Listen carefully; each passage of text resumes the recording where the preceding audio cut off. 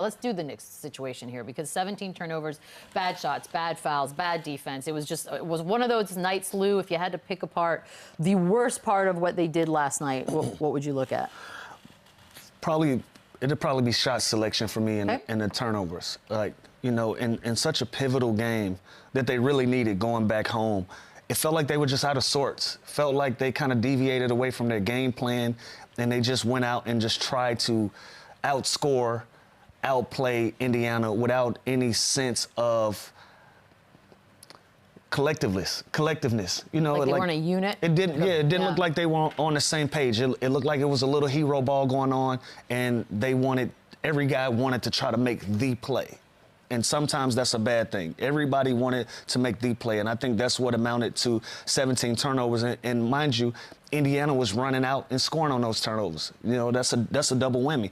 If you're going to turn the ball over, throw it out of bounds, or we can set our defense at least and have an opportunity to get the ball back. They weren't doing that. They were turning it over, and Indiana was running out on them. So I think those were the two things that stood out to me, like the shot selection, a lot of hero basketball, a lot of tough contested shots that they were taking, and playing in a lot of traffic that led to a lot of turnovers, and that's what made this a disaster for them. Like, the score doesn't tell the whole story. It looks cleaner than what it was, but Indiana was in control of this game the entire time. They were Every quarter. Yeah, they were 8 to 10 points better than New York this entire game. Yep. Yeah, the turnovers were a major problem, and again, the Pacers had 20 points off turnovers and 22 fast break turnovers. So when you turn fast break points. When you turn the ball over that much and you give a team like this that's already so good offensively, easy buckets and transition, what was that? It's called a cup, Chandler. Yeah, make it do it again. Wow, I thought you just... and we'll lose Chandler for another 5 minutes. It was odd, I'm not going to lie. What was the question? Nobody knows. The turnovers were bad. And the fouls, Cat is too good and too important to be having these silly fouls. It's so hot and cold. It's so crazy. There was a foul at the end of the game where he literally grabbed the dude's arm and then let go and then looked at the ref like the ref was crazy for calling the foul. And it's like, buddy, you just grabbed Turner's arm. You can't do that and take yourself out of the game and off the floor for a team in such a pivotal game. He gets so fast. To me, it was the turnovers and it was just the dumb fouls. It's been the story sort of Cat. When we're not touting his fourth quarter in the last game, we're back to the stupid foul situation. Jalen Brunson also, I've noticed people starting to question some things about Jalen Brunson as far as, when he's not in the game, the Knicks seem to, it just is a different style of basketball. Whether it's better or not is up for discussion.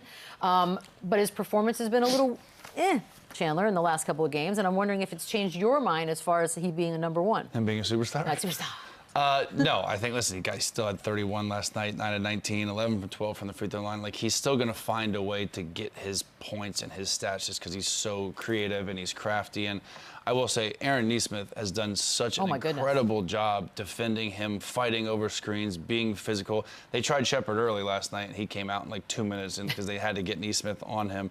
And you can tell just the production of when Nesmith is not on him with Jalen Brunson is much easier. It's much more efficient. Then you put that guy on him, and he's physical. I'm telling you, the way he scraps it over screens is going to be huge in their next series, by the way, if he's guarding SGA. Sure. But I think their defense against him, and I think, talking about playing off the ball a little bit more, they can do that because I think their best plus minus as a team is when Deuce McBride's on the floor, so they can have him set him up. And I will give Tibbs a little bit of credit. He's making some adjustments. He went to Preston Achua last night early. He's trying things.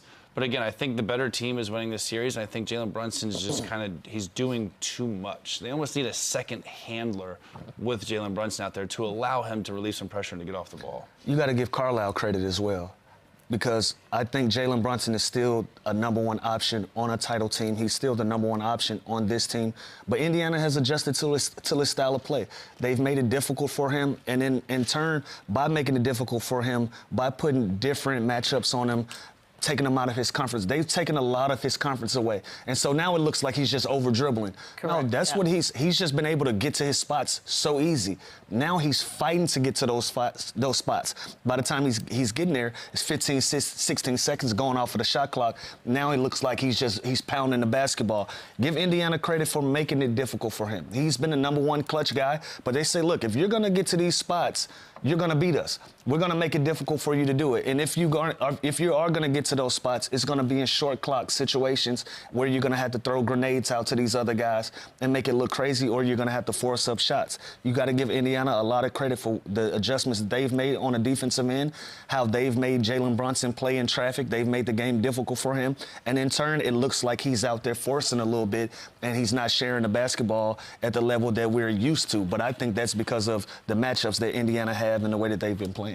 Also, don't forget, Carlisle had Brunson in Dallas, too. Yep. So he knows his game just about as good as anybody in the league. And obviously, there's film. There's a bunch of stuff that you can watch on him. But he knows what to take away. He knows what to take away. He knows what he doesn't like. He knows what bothers him. So that is also a big advantage that no one's really talked about so far, is kind of that relationship going forward and how comfortable Carlisle is coaching against Jalen Brunson. So New York and Minnesota both down 3-1. Lou, you first. Who's got a better shot at coming back from that?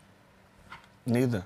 Dang, really? We're not going to give one a Neither, shot? yeah, because it's a tale of the tape. Watch the tape. Like, these have been dominant performances. Like, this is not one of those series that you're looking at and you're saying, wow, like, I can see if they adjust one or two things, they can get back in this series. No, they've been outplayed. I can almost make a case for all 4 times. You know, the one game that Indiana lost, they dropped a 20-point lead, couldn't score the basketball. That's been one of their main caveats this year, is being able to outscore teams. When they got stagnant in that fourth quarter, you needed a cat to have a 20-point quarter to go out and give you an opportunity to win that game. The Knicks have been outplayed this entire series. And on the other side, obviously Oklahoma has been playing a lot better basketball than Minnesota. They've stick to their game plan. They've been a consistent team all year, and it showed in the postseason. Wow. Both teams have separated themselves from their opponents at this point. Yeah, I think both are done, but I think OKC's done tonight. I think they're finishing off at home. I think the Knicks, that atmosphere, I think the Knicks possibly get one more, but again, the Pacers, they deserve to win this series. They've been better defensively, offensively, they've been more efficient. So most likely to come back, I'd have to say the Knicks, because I do think Oklahoma City's going to end it tonight, but I think it's a wrap for both. Well, we're going to have a really long break, aren't we? We sure are. We're going to take a quick break. On the other side, you buying that with a lot of MJ and a lot of LeBron. Magic to some ears. Here we go again. Run it over, run it back, yeah. Run it over, run it back,